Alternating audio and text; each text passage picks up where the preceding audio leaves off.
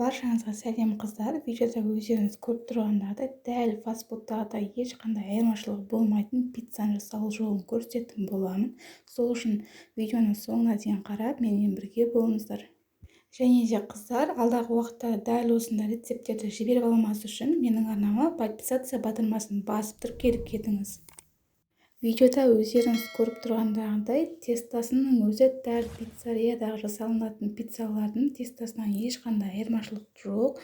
Ал құрамына ерекше ешқандай зат қосылмайды, тек үйіңіздегі бар заттармен осындай пиццериядағы шығатын пиццалар сияқты жасауға болады. Ол үшін видеоны соңына дейін қарап, мен ұсынған рецепті пайдалансаңыз болды.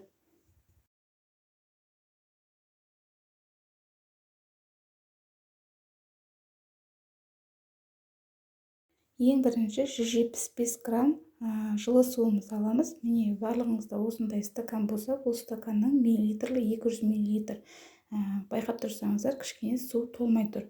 Яғни 170 грамм суды алып, 1 шай қасық дрожжымызды, 1 шай қасық қантымызды салып, және де 1 шай қасықты толтырмай, яғни жарты шай қасықтай тұзымызды салып, жақсылап барлығын араластырып, 5 минутқа бетін жауып қоямыз, себебі дрожжымыз беті көпірсе, біздің қамырымыз да әдемі көтерілетін болады.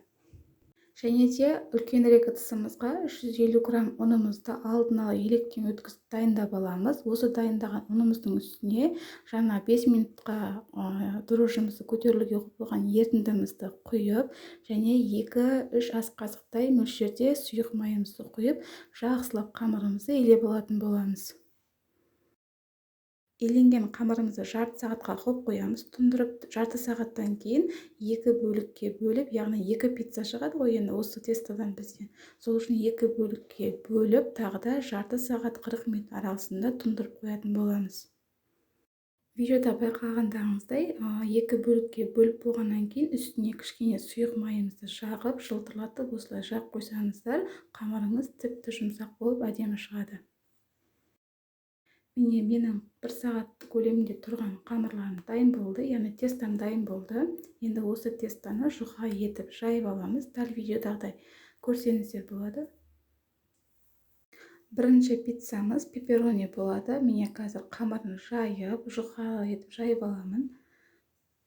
Негізі қолмен де жасаңыздар болады, себебі қамырымыз өте жұмсақ, нәзік болады, бірақ мен тегіс шығу үшін осындай оқтаудың көмегімен жайып алдым, және де жайылған қамырымды шетін видеода көріп тұрсаңыздар, ішіне қарай қайтарып жатырмын, себебі біздің пиццамыздың шеті кішкене көтеріліп, дәл пиццериядағыдай әдемі шығу үшін осылай қайтарып болғаннан кейін екінші бетіне аударып, тегіс бетіне жаңағы сырымызды, колбасамызды қоятын боламын.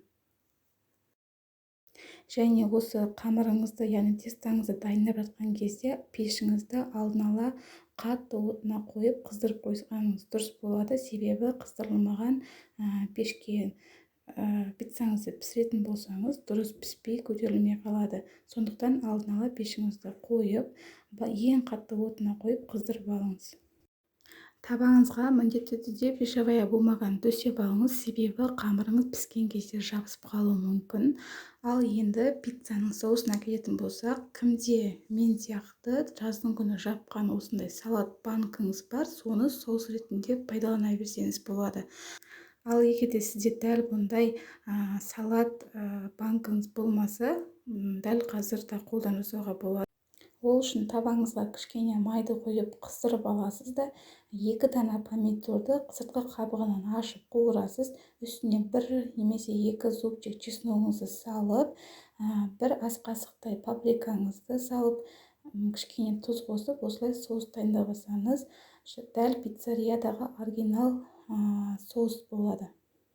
Видеода көріп тұрғандарыңыздай 3 ас қасық соусты осылай бір тегіс етіп жағып алдым, және де 150-180 граммдай сырды алдын ала осылай үккіштен өткізіп алып, бір тегіс етіп төсеп шықтым. Енді осы сырды төсеп болғаннан кейін колбасамызды көз мөлшерімен әдемілеп бетіне қойып шығатын боламыз. Дайын болған пиццамызды алдын ала қатты отта қызып тұрған пешімізге 8 минут немесе 10 минут аралығында пісіріп аламыз.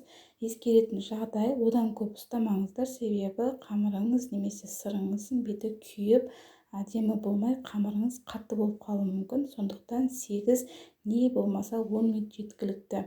Және пешіңізді ең қатты оты сізде қалай, сол градусқа қойып пісіресіз. Мысалы, менде 320 градус, менде әсет пеш, сол ең қатты 320 градуспен 8 немесе 10 минут аралығында пісіріп алдым.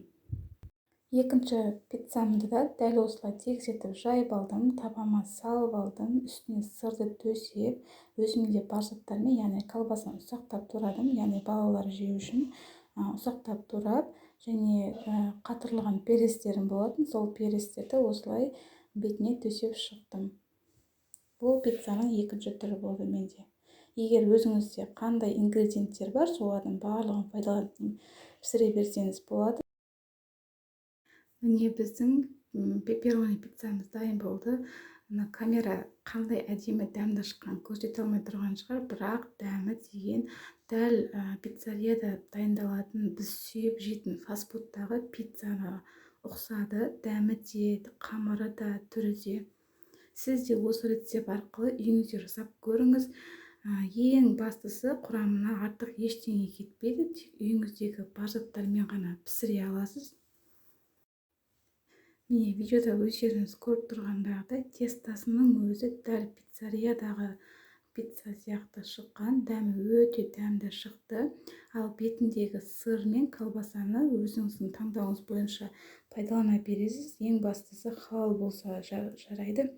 Және де қыздар, алдағы уақытта да дәл осындай оригинал рецепттермен бөлісуім үшін мені де қолдап лайк басып комментарий жаза кетіңіздер, және арнама тіркелуді ұмытпаңыздар.